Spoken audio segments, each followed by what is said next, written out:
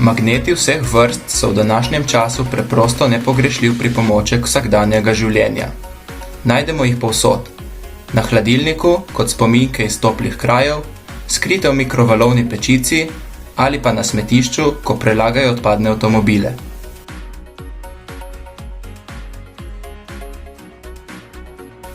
Vsi vemo, kaj magneti počnejo.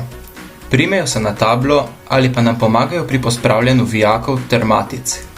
Do takšnega obnašanja pride zaradi magnetne sile. Magnetna sila je posebna, saj deluje na daljavo. Z magnetom se nam ni potrebno dotakniti predmetov, da bi se le ti nam prijeli. Preprosto približamo ga na razdaljo, na kateri bo magnetna sila dovolj močna za privlak. Seveda pa, kot večina stvari na svetu, tudi vsi magneti niso enako močni. Nekateri privlačijo z večjo silo oziroma na večji razdalji, spet drugi pa so šibkejši in se uporabljajo v drugačne namene. Magnete lahko ločimo glede na njihovo trajnost. In sicer poznamo trajne magnete in začasne magnete. Da bi si bolje predstavljali razliko med obema vrstama, jo lahko prikažemo s konceptom baterije. Trajnim magnetom se baterija nikoli ne bi izpraznila. To pomeni, da bodo vedno imeli svoje privlačne in odbojne lastnosti. Medtem ko je začasne magnete za delovanje potrebno napolniti oziroma namagnetiti.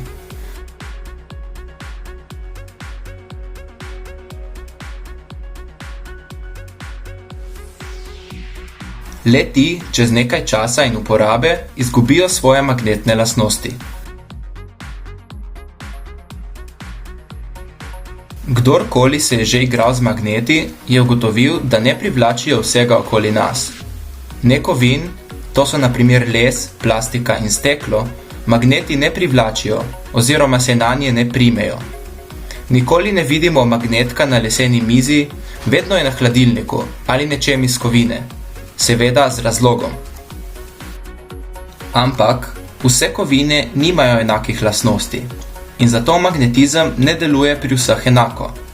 Na primer, aluminij nima nikakršnih magnetnih lastnosti in zato ga magneti ne bodo privlačili v nobenem primeru. Tudi bakra običajni magneti ne privlačijo, vendar ima nekatere magnetne lastnosti zanimive za uporabo. Še en primer nemagnetne kovine je lahko jeklo, vendar mora to biti posebna vrsta nerjavečega jekla, kajti večina vrst jekel je magnetnih. Najbolj magnetnim kovinam, iz katerih so narejeni tudi trajni magneti, pravimo feromagnetiki. To so železo, kobalt in nikelj. Magneti se med seboj ne le privlačijo, temveč tudi odbijajo. Vzemimo za primer paličast trajni magnet. Vsak magnet ima dva pola, severnega in južnega. Okrog magneta se vzpostavi magnetno polje. To je prostor, v katerem magnet deluje. Magnetno silo v magnetnem polju prikažemo s pomočjo puščic, ki jim rečemo silnice. Silnice potekajo iz severnega proti južnemu polu. Magnetni poli nam povedo, ali se bosta dva magneta med seboj privlačila ali odbila. Če severni pol prvega magneta približamo južnemu polu drugega magneta, se bosta sklenila, torej se privlačita.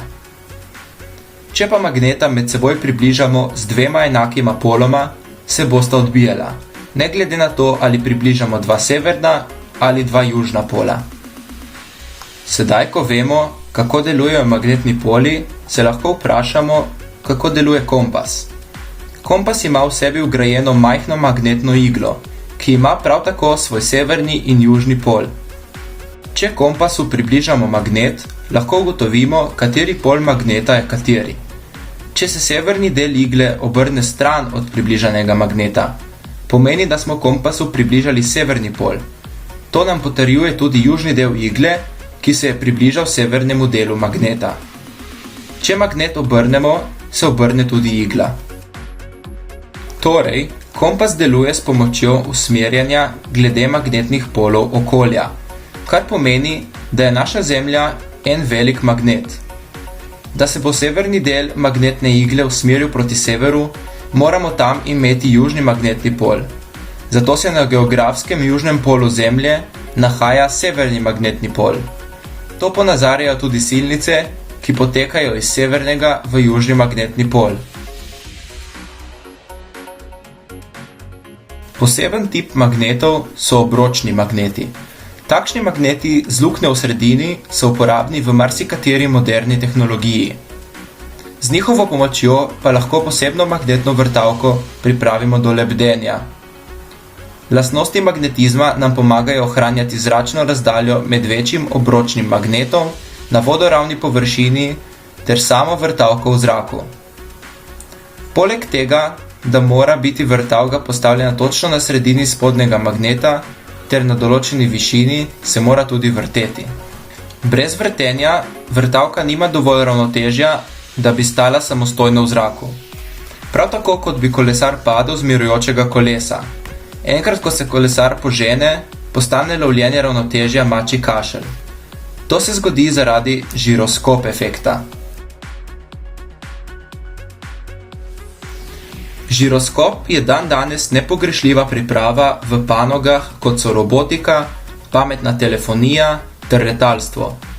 Z raznimi implementacijami ga najdemo celo v helikopterjih in raketah. Prikazan model žiroskopa, katerega kolešček se ne vrti, ne bo imel na mizi nikakršnega ravnotežja. Ko pa kolešček zavrtimo, se bo modelček držal pokonci. Že s preprostim znanjem o magnetih in magnetizmu lahko izvajamo zelo zanimive poskuse, kot je prej omenjena lebdeča vrtavka.